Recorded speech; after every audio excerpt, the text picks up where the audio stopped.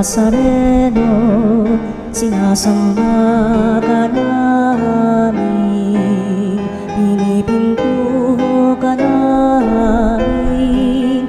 Aral mo ang aming buhay at kaligtasan, Nuestro Padre Jesus Nazareno. Iligtas mo kami sa kamatayan, ang krus mong pinamatayan ay sagisag ng aming kaligtasan. Nuestro Padre Jesus Nazareno, dinarangal ka namin. Nuestro Padre Jesus Nazareno, inulwalhati ka namin. Nuestro Padre. Tugtugin ang gitara at ang kaaya-ayang lira. Ipanin niyo ang trumpeta sa ating pagkabagabag. Sa Diyos tayo'y tumawag, sa ating mga kaaway, tayo ay kanyang iniligtas.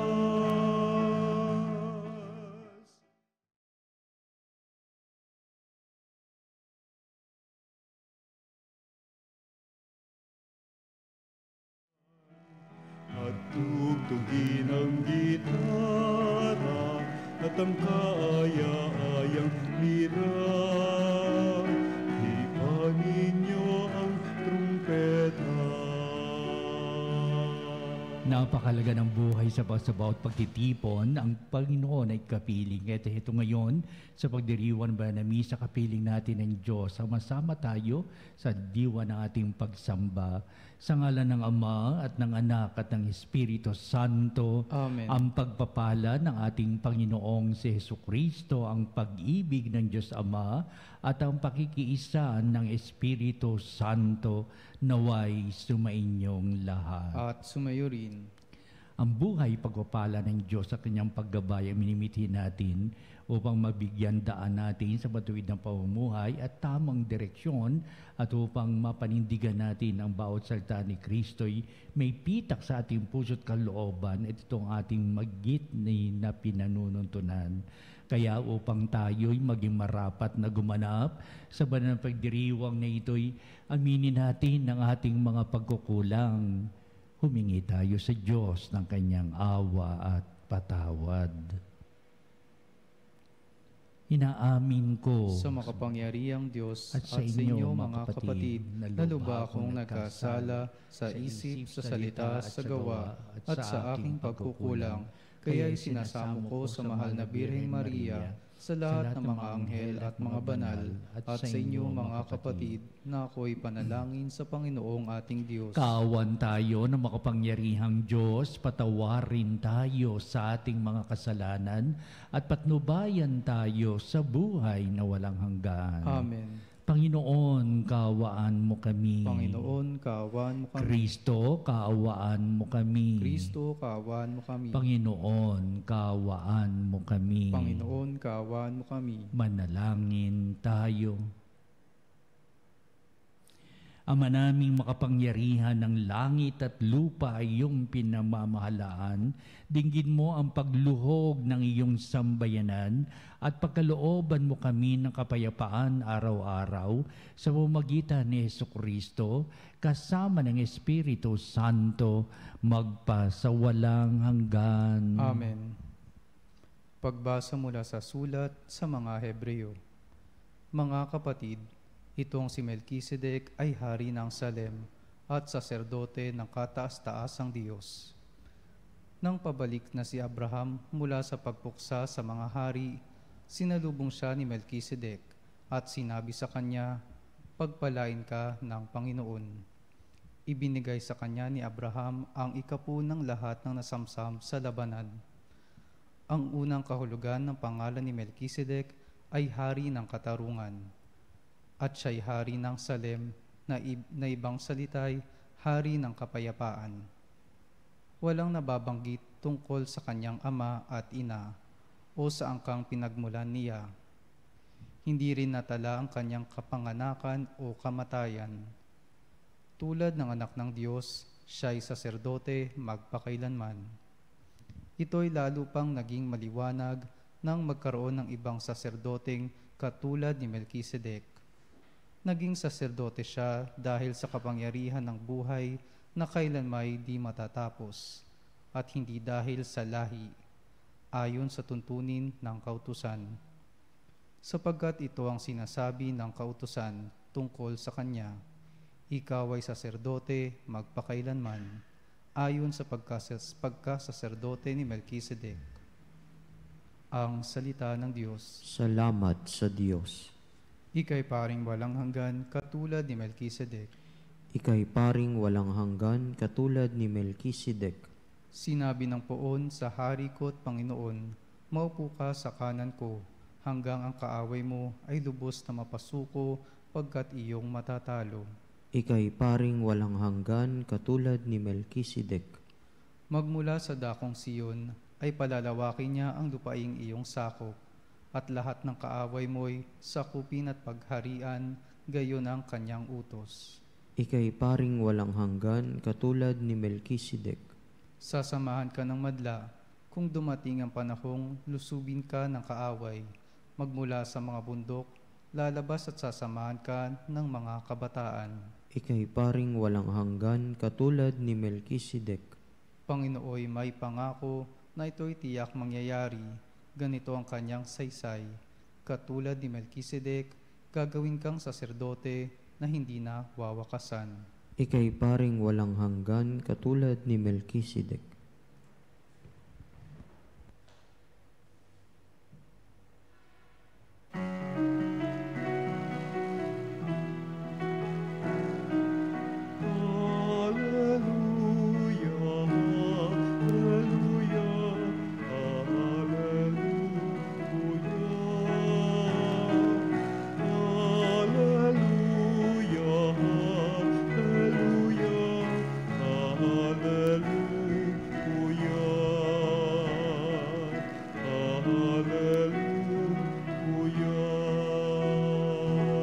Sumainyo ang Panginoon. At sumayo rin. Ang pagpapahayag sa Ebanghelyo ayon kay San Marcos. Papuri sa iyo, Panginoon. Noong panahon yon, muling pumasok si Jesus sa sinagoga at naratnan niya roon ang isang lalaking patay ang isang kamay. Kaya't binantayan si Jesus ng ilang taong naroroon upang tignan kung pagagalingin niya ang lalaking iyon sa araw ng pamamahinga para may maiparatang sila sa kanya. Tinawag ni Jesus ang lalaking patay ang kamay. Halika rito sa unahan. Tinanong niya pagkatapos ang mga tao, alin ba ang ayon sa kautusan? Ang gumawa ng mabuti o gumawa ng masama sa araw ng pamamahinga? Magligtas ng buhay o pumatay? Ngunit hindi sila sumagot. Habang tinitignan ni Jesus ang mga taong nasa paligid niya, galit at lungkot ang nabadha sa kanyang muka dahil sa katigasan ng kanilang ulo. Bumaling siya sa lalaki at sinabi, "Iunat mo ang iyong kamay." Iniunat naman ng lalaki ang kanyang kamay at ito'y gumaling. Umalis ang mga Pariseo at nakipagsabuatan sa mga kampon ni Herodes upang ipapatay si Jesus. Ang mabuting balita ng ating kaligtasan. Pinupuri ka namin, Panginoong Hesukristo.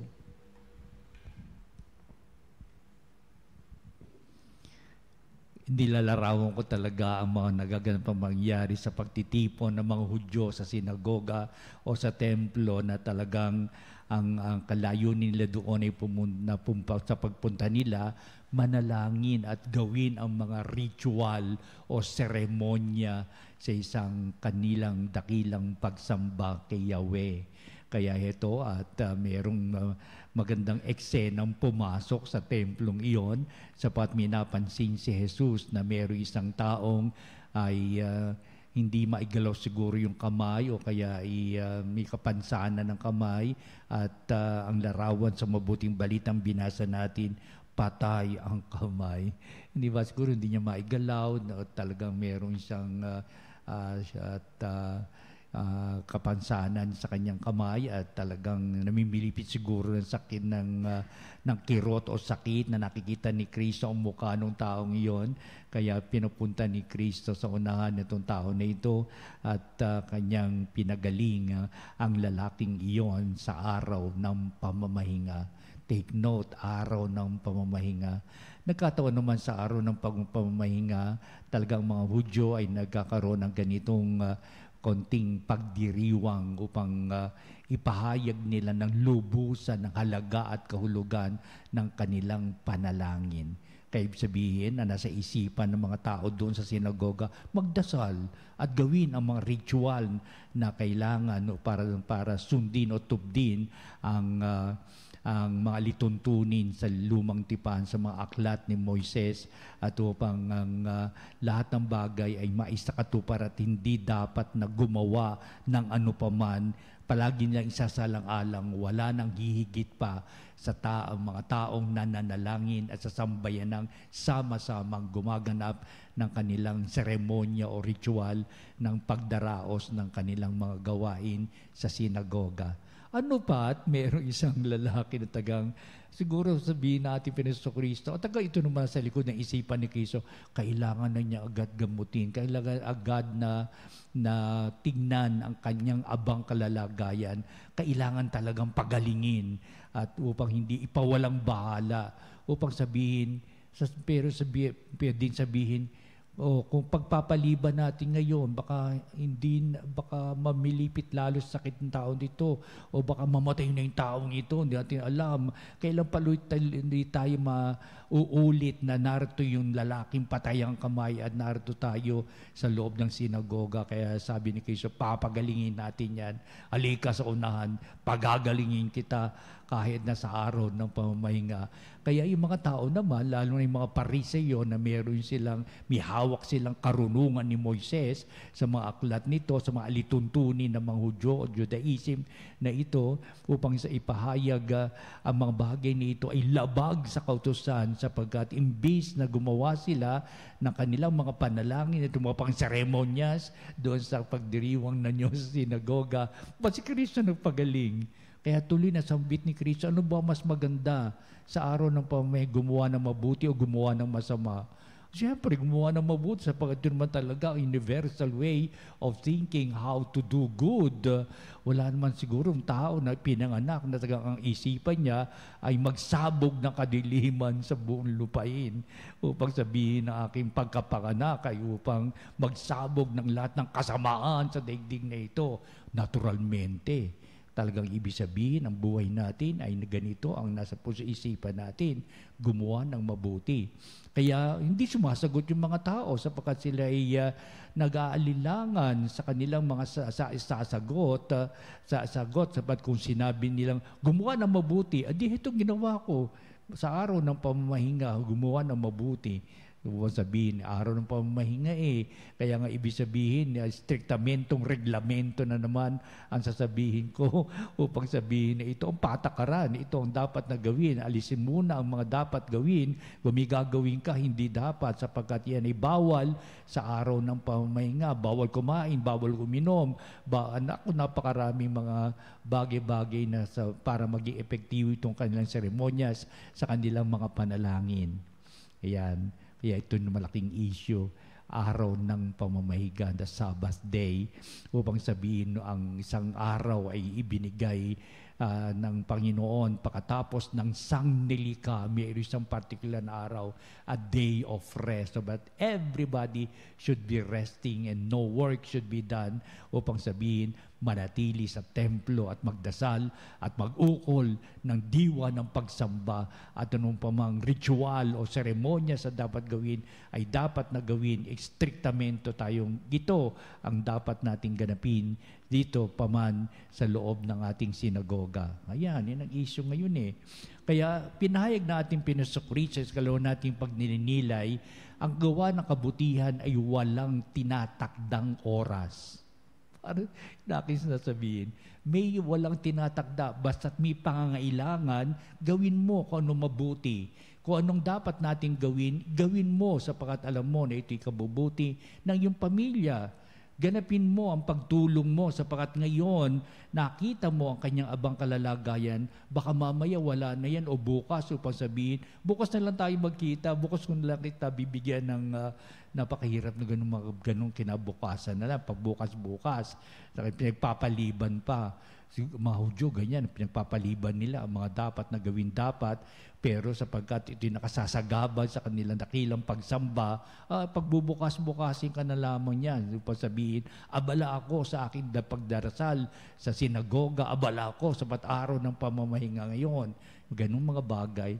Kaya medyo hindi maganda yung pagpapaliban mo pa ang gawaing kabutihan na ganyan ngayon na dapat mong ganapin.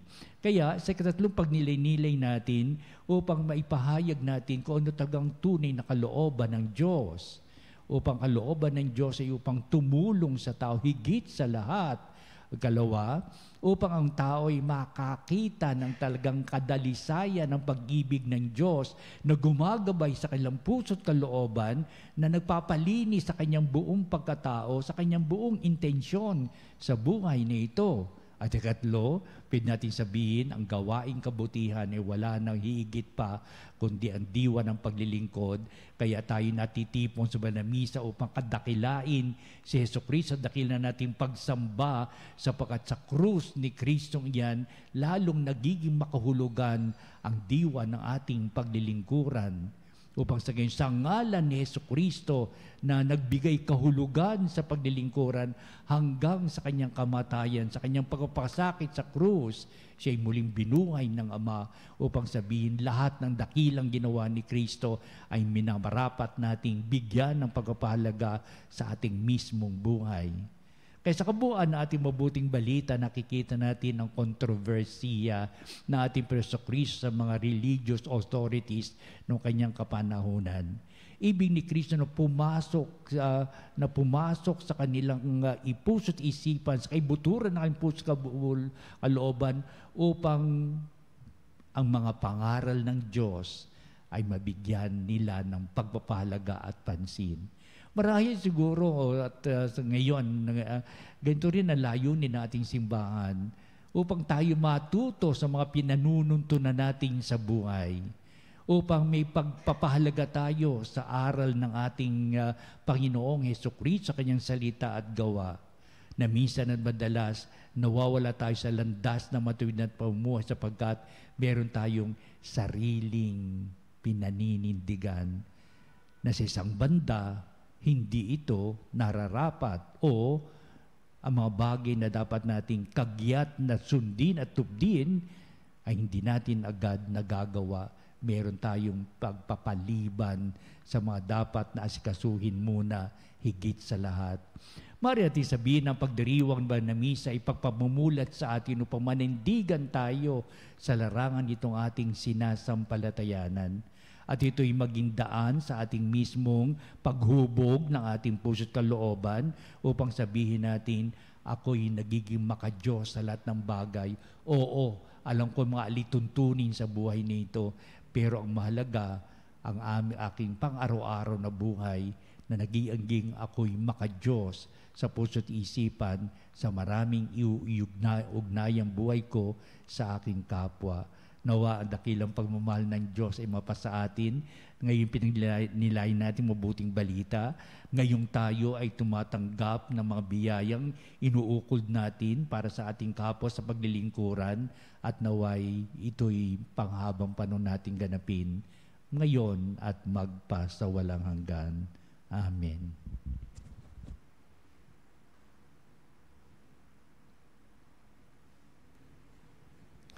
Halina mga kapanalig at dudulog tayo sa Diyos upang lalo natin pagbutihin ang ating buhay pananampalataya upang ang aral ng mabuting balita ang siyang maging palatuntunan at pinanununtunan natin sa buhay nito sa larangan ng paglilingkuran sa ngalad dakilang pag-ibig ng poong may kapal. Ang ating pong itutugon sa bawat panalangin. Panginoon, dinggin mo ang aming panalangin. Panginoon, dinggin mo ang aming panalangin. Ang simbahan naway makatagpo ng pamamaraan na mapalaya ang sinuman sa anumang hadlang upang ipahayag ang ebanghelyo sa mga tao sa ating panahon ngayon. Manalangin tayo sa Panginoon. Panginoon, dinggin mo ang aming panalangin. Sa nagugutom na daigdig, lalo na sa mga taong hindi makatarungang pinagkakaitan ng pagkain, damit at tahanan, naway pagkalooban sila ng Panginoon ng pag-asa at kalakasan ng loob. Manalangin tayo sa Panginoon. Panginoon, dinggin mo ang aming panalangin. Ang lahat ng Kristiyano naway hindi maging mga taong mapagkunwari na sumusunod sa batas, kundi maging mga taong may pusong gagawin ng mabuti at nararapat bilang mga anak ng Diyos. Manalangin tayo sa Panginoon. Panginoon, dinggin mo ang aming panalangin. Tayong lahat naway magmalasakit sa mga nagdurusa at naghihirap upang mapagaan ang kanilang dinadala at tulungan silang patuloy na manalig sa Diyos. Manalangin tayo sa Panginoon. Panginoon, dinggin mo ang aming panalangin. Ang mga namatay at yaong mga nagluluksa sa kanilang pagkawala, naway makatagpo ng pag-asa at kasiyahan sa Panginoong muling nabuhay. Manalangin tayo sa Panginoon. Panginoon, dinggin mo ang aming panalangin. Manalangin din tayo sa lahat ng ating mga sariling kahilingan. Di natin tataas ang ating mga kahilingan naman po ang ina sa ating puso't kalooban, minimithi sa buhay nito at tunay na pagpapalang makararating sapagat natatangi ang aral ng mabuting balitang binibigyan natin ng buhay at kahalbugan sa dakila nating paglilingkuran pag gumawa ng kabutihan para sa tanan. Hubugin mo nawa ang aming puso't kalooban sa tamang landas na aming buhay pananampalataya sa matuwid ng pamumuhay upang aral mabuting balitang siyang nagiging daan upang ang lahat ay maisakatuparan sa pagsunod namin sa iyong kalooban ng Ama. Kaya ang lahat na ito iniling namin sa pamagitan ni Jesucristo kasama ng Espiritu Santo magpa sa walang hanggan. Amen.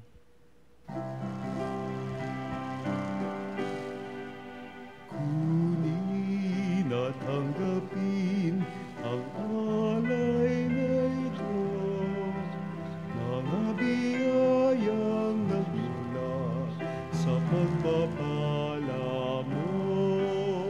Tanda ng bawat pusong pagkatinibig mo, ngayon nananalig, nagmamahal sa'yo.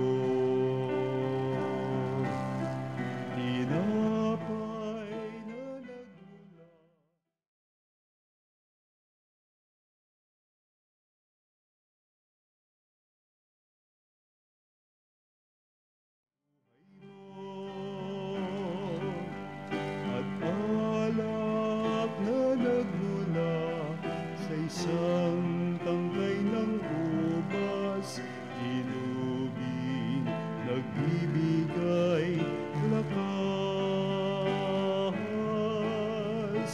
Kunin at tanggapin ang alay na ito, mga biyayang nagmula sa pagpapala mo. Tanda ng bawat pusong pagkatinibig mo, ngayon nananalig, nagmamahal sa'yo. Manalangin kayo mga kapatid upang itong ating paghahain ay maging kalugod-lugod sa Diyos Amang makapangyarihan. Tanggapin nawa ng Panginoon itong paghahain sa iyong mga kamay, sa kapurihan niya at karangalan sa ating kapakinabangan at sa buong sambayanan niyang banal. Ama naming lumikha, ipagkaloob mong marapat na ganapin ang banal na paghahain sapagkat tuwing ipinagdiriwang ang alaala na anak mong nag-alay, ang pagligtas niya sa amin ay mangyayari upang aming pakinabangan sa pamagitan niya kasama ng Espiritu Santo magpasawalang hanggan. Amen. Sumainyo ang Panginoon. At sumayo rin. Itaas sa Diyos sa inyong puso at diwa. Itinaas na namin sa Panginoon. Pasalamatan natin ang Panginoong ating Diyos. Marapat na siya ay pasalamatan. Ama naming makapangyarihan, tunay nga marapat na ikaw ay aming pasalamatan sa pamagitan ni Jesucristo na aming Panginoon. Ikinalugod mo sa Kanya'y baguing mabuti ang lahat at sa pamamagitan niya'y aming tinatanggap ang iyong abot-abot na kaloob at paglingap. Kaya kahit na siya ay hindi naiba sa iyo, minabuti niyang maging di rin naiiba sa mga tao. Hamak siyang tulad namin sa kamatayang totoo nung inihain niya ang sarili ng kami na makasundo mo. Kaya naman iyong idinangal siya at iyong itinampok upang sa lahat siya'y manguna. Ngayon ngay lahat na sa Kanya'y nakikiisa ay talagang magkakamit ng iyong buhay at ligaya. Kaya kaisa ng mga anghel, nagsisiawit ng papuri sa iyo walang humpay sa kalangitan, kaming nagbubunyi sa iyong kadakilaan.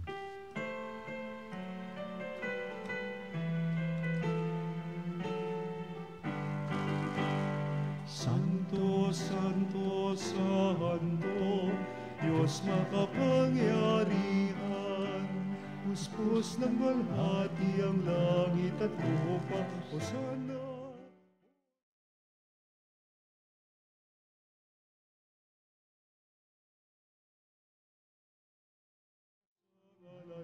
Panginoon, Hosana, Hosana, sa kaitaasan,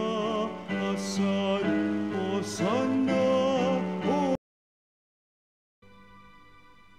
Hosana, Hosana, sa kaitaasan, Hosana, Hosana, sa kaitaasan.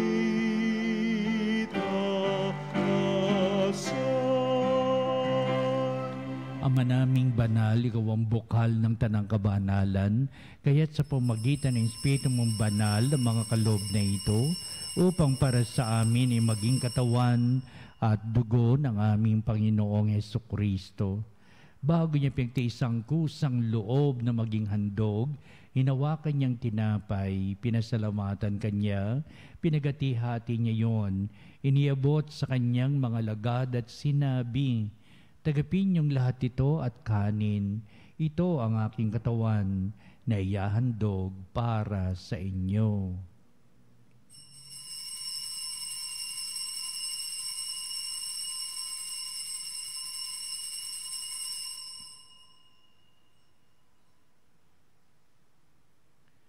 Gayun din naman, pagkatapos ng hapunan, hinawakan niya ang kalis, muli kanyang pinasalamatan, inibot niya ang kalis sa kanyang mga alagad at sinabi, "Tagapin niyong lahat ito at inumin ito ang kalis ng aking dugo, ng bago't walang hanggang tipan, ang aking dugo na bubuhos para sa inyo at para sa lahat sa kapagpapatawad ng mga kasalanan.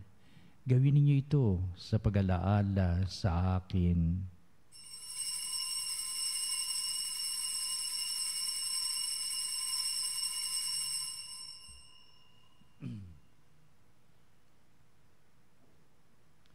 Ipagbunyi natin ang misteryo ng pananampalataya.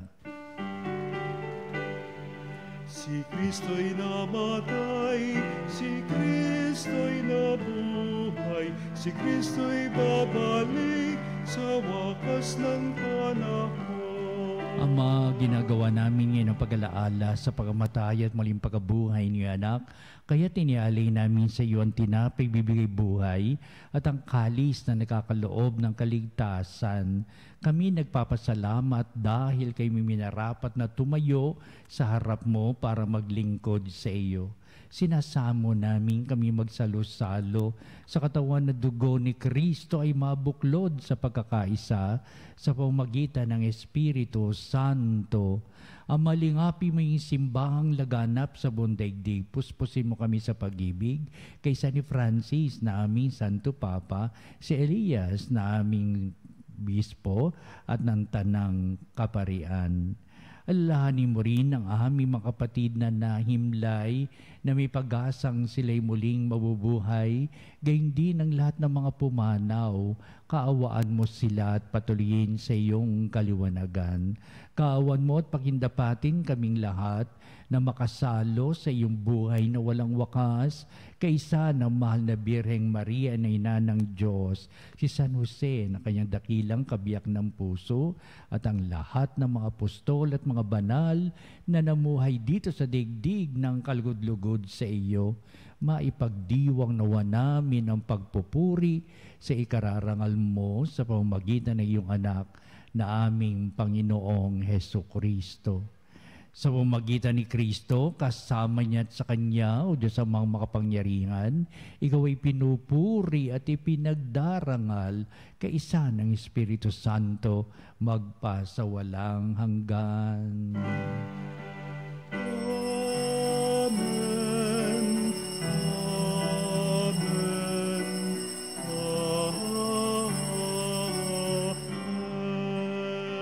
Ito na yung pagpapala upang may kaayusan ng lahat ng bagay sa ilalim ng pagpapahalaga natin sa misyon ni Kristo din para din sa atin upang ipalaganap ang aral ng mabuting balita.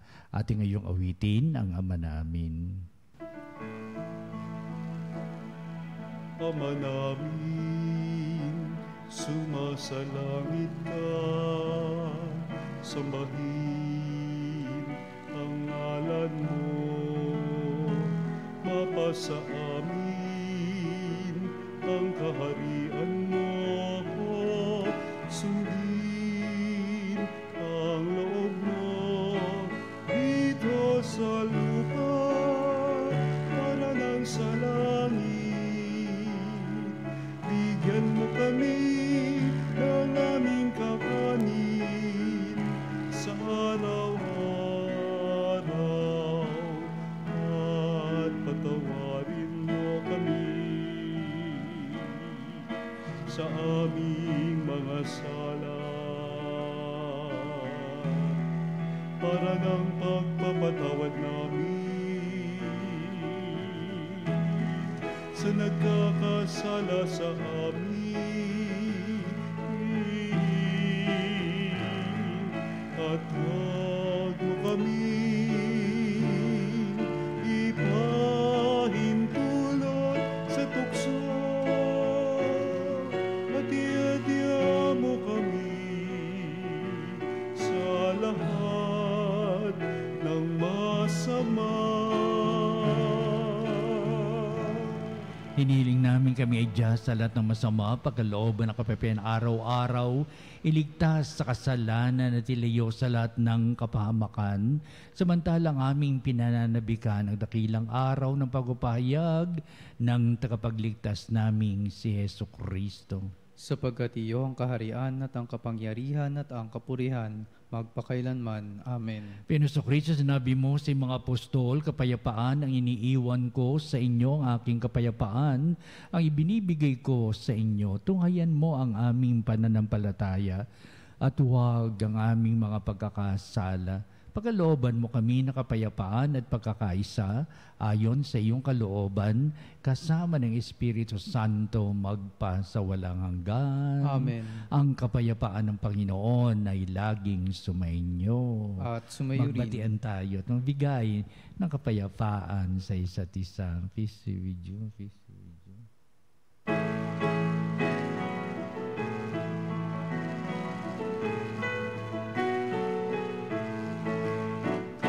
Kordero ng Diyos na nag-alis ng mga kasalanan ng sanglibutan, maawa ka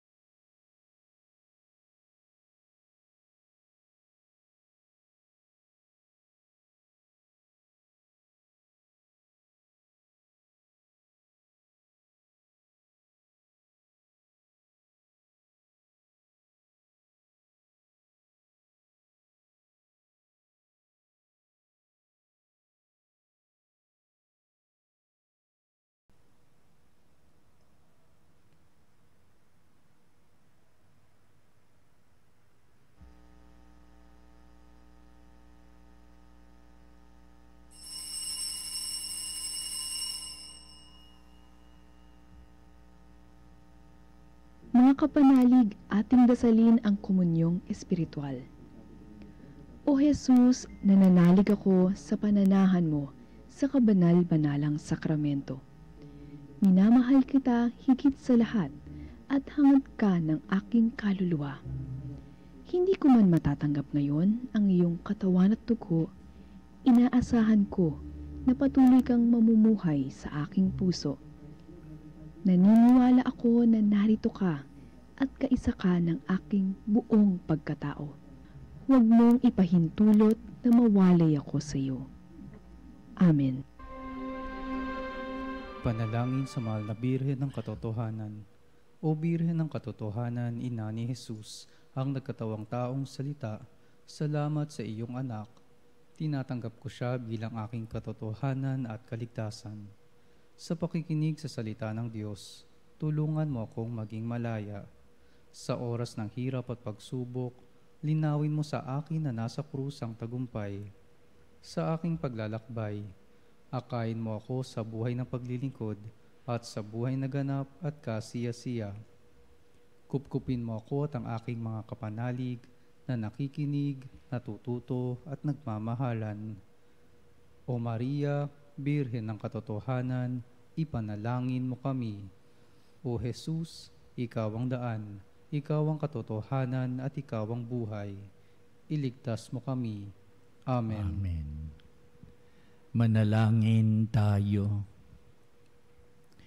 Ama naming mapagmahal, padaluyin mo sa amin ang batis ng Espiritu ng iyong pag-ibig upang kaming pinapagsalo mo sa pagkaing iyong bigay para kami pagbuklurin ay magkaisa sa pananalig sa iyo sa pamamagitan ni Jesucristo kasama ng Espiritu Santo magpasawalang hanggan. Amen. Sumainyo ang Panginoon At sumayo at rin. pagpalain kayo ng makapangyarihang Diyos Ama at Anak at Espiritu Santo. Amen. Humayo kayo na may katatagan sa pananampalataya. Salamat sa Diyos. Isusunod po natin ang pagtatanghal sa kabalbanalang sakramento sa ating pagkatanod at panalangin. At sa bandang huli, ito ang magbibindisyon sa atin bilang pagtatapos itong ating banal na gawain.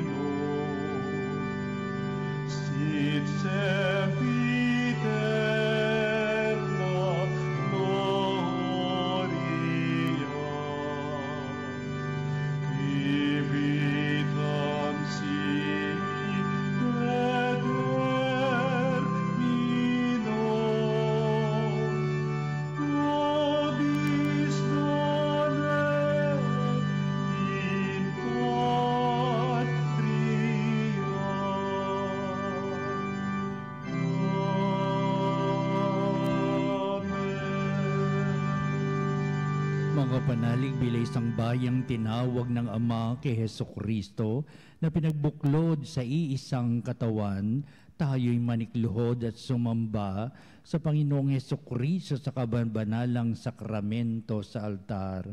Sa sandaling ito ng pagpupuri at pagsamba sa banal na sakramento, alalahanin natin ang ating mga kapanalig na kasama natin ngayong nakikinig at nakasubaybay sa ating himpilan. Higit sa lahat ang ating mga may sakit at ang mga nakaratay sa banig ng karamdaman, ang mga nasa pagamutan at kanilang tahanan, at ang lahat na tanging sa Diyos lamang umaasa ng kagalingan. Gayun din, panalangin natin ang mga nahihinaan sa kanilang pananampalataya, ang mga nakararanas ng matinding kalungkutan, takot at pangamba, ang mga nawawala ng pag-asa at lakas ng kalooban. O Jesus, halina at kami tulungan. O Panginoon, magmadali ka sa iyong pagdamay. Papuri sa Ama at sa Anak at sa Espiritu Santo. Kapara noong una, ngayon at magpasawalang hanggan. Purihin ang makapangyarihang Ama na nagsugo sa kanyang bugtong na anak upang tayo'y maipagkasundo sa Kanya. Pinupuri ka namin ngayon at kailanman. Purihin ang Panginoong Hesukristo, ang Kordero ng Diyos, na nag-alay ng kanyang katawan at dugo bilang pagtubo sa sala ng tanan. Pinupuri ka namin ngayon at kailanman. Purihin ang banal na Espiritu, ang Panginoong nagpapabanal, na pumupuspos at nagbibigay kagalingan sa lahat. Pinupuri ka namin ngayon at kailanman.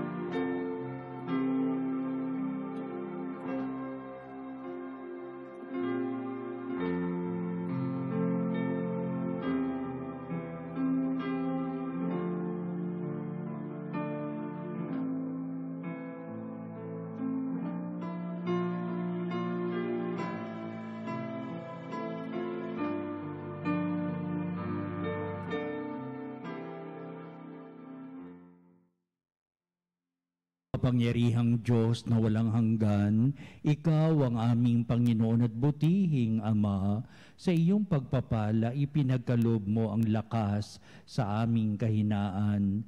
Tunghayan mo po ng may kagandahang kalooban ang iyong mga lingkod na may sakit at karamdaman, ang manababalisa at nawawalan ng pag-asa, ang manatatakot at nalulumbay, at ang may matitinding suliraning taglay at pinagdaraan ng hirap sa buhay, ang mga nasa bingit ng kamatayan. pagalingin at aliwin mo po sila sa kanilang mga karamdaman at balik sa kalusugan at kapanatagan ng kalooban upang mabatid nila ang iyong kabutihan at sila'y magpasalamat sa iyong banal na pangalan. Hinihiling namin ito sa pamagitan ni Kristong ating Panginoon. Amen. Panginoon, nagsusumamo kaming dalawin ang tahanang ito at alisin mula rito ang lahat na mapanirang kapangyarihan ng kaaway. Manahan nawa rito ang iyong mga anghel at banal upang panatilihin kami sa kapayapaan at sumaamin nawang lagi ang iyong pagpapala. Hinihiling namin ito sa pamamagitan ni Kristong ating Panginoon. Amen. Gawaran nawa tayo na makapangyarihang Diyos ng kapanatagan ng kalooban at mapayapang buhay. Amen.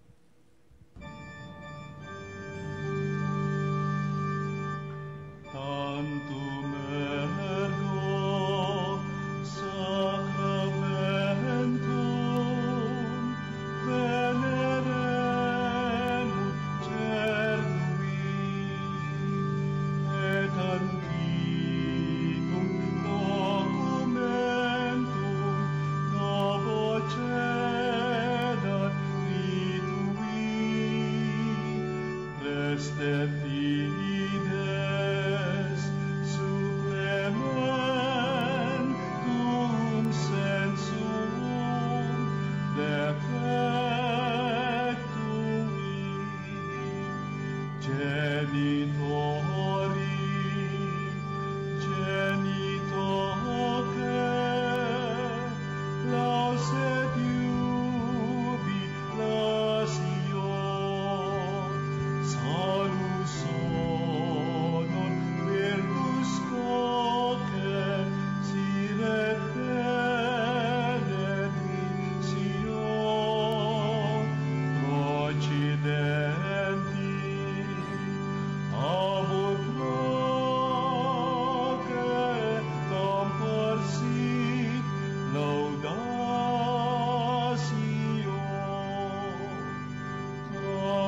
Amen.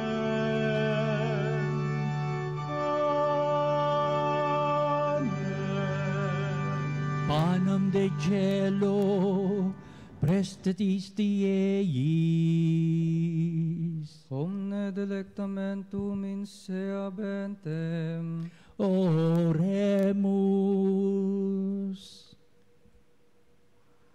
Deus, qui nobis sub sacramento mirabili, passiones tue memoriam reliquisti, tribue quesimus, et nos corporis et sanguinis, tui sacra mysteria venerari, ut redemptiones tue fructum in nobis iuditor sensiamus, que vives et reinas in saecula saeculorum. Amen.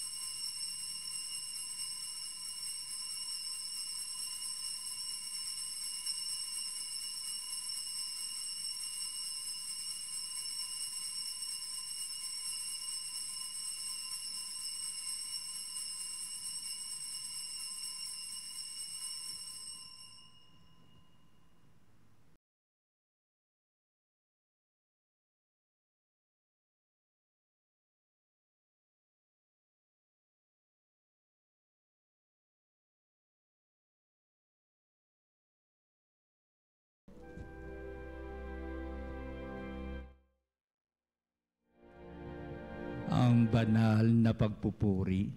Purihin ang Diyos. Purihin ng Diyos. Purihin ang kanyang banal na pangalan. Purihin ang kanyang banal na pangalan. Purihin si Jesucristo, Diyos na totoo at tao namang totoo. Purihin si Jesucristo, Diyos na totoo at tao namang totoo. Purihin ang ngalan ni Jesus. Purihin ang ngalan ni Jesus. Purihin ang kanyang kabanal-banalang puso. Purihin ang kanyang kabanal-banalang puso. Purihin ang kanyang kamal-mahalang dugo. Purihin ang kanyang kamahal-mahalang dugo. Purihin si Jesucristo sa banal na sakramento sa altar. Purihin si Jesucristo sa banal na sakramento sa altar. Purihin ang Espiritu Santo ang mga aliw. Purihin ang Espiritu Santo ang mga aliw. Purihin ang dakilang ina ng Diyos, si Maria Santissima. Purihin ang dakilang ina ng Diyos, si Maria Santissima. Purihin ang kalsinisang paglilihi sa Kanya. Purihin ang kalinis-linisang paglilihi sa Kanya. Purihin ang kanyang malalhating pag-aakyat sa langit. Purihin ang kanyang maluwalhating pag-aakyat sa langit. Purihin ang ngalan ni Maria, Birhen at Ina. Purihin ang ngalan ni Maria, Birhen at Ina. Purihin si San Jose, ang kanyang kalsinisang esposo. Purihin si San Jose, ang kanyang kalinis-linisang esposo. Purihin ang Diyos sa kanyang mga anghel at mga santo. Purihin ang Diyos sa kanyang mga anghel at mga santo.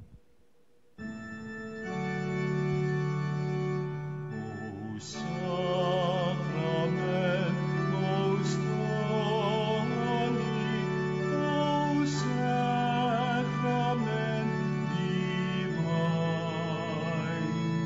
all praise and all thanksgiving be every moment thine, be every moment thine.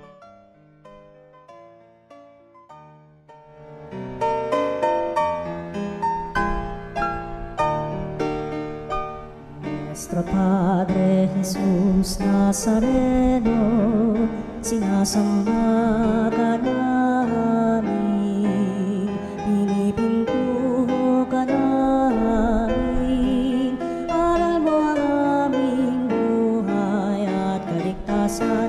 Nuestro Padre Jesús Nazareno, iligtas mo kami sa kamatayan, ang krus mong pinamatayan ay sagisag ng aming kaligtasan.